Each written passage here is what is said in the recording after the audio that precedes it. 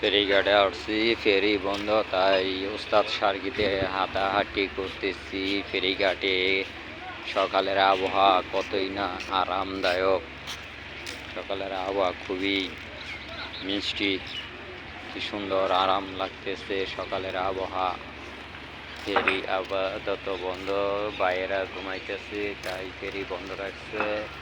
আমরা এখন হাঁটছি আর দেখতেছি ফেরিগুলি। দেখুন ওই যে এক ভাই কাজ করতেছে, ফেরির কাজ চলছে। রেস্টুরেন্ট, ওইগুলা হচ্ছে রেস্টুরেন্ট। দেখুন কি সুন্দর রেস্টুরেন্টগুলি, কোনো লোকজন নাই আপাতত। অনেক ভোরবেলা তাই মানুষের সমাগ্রহ কম। কি এটা ছাড়বো নাকি?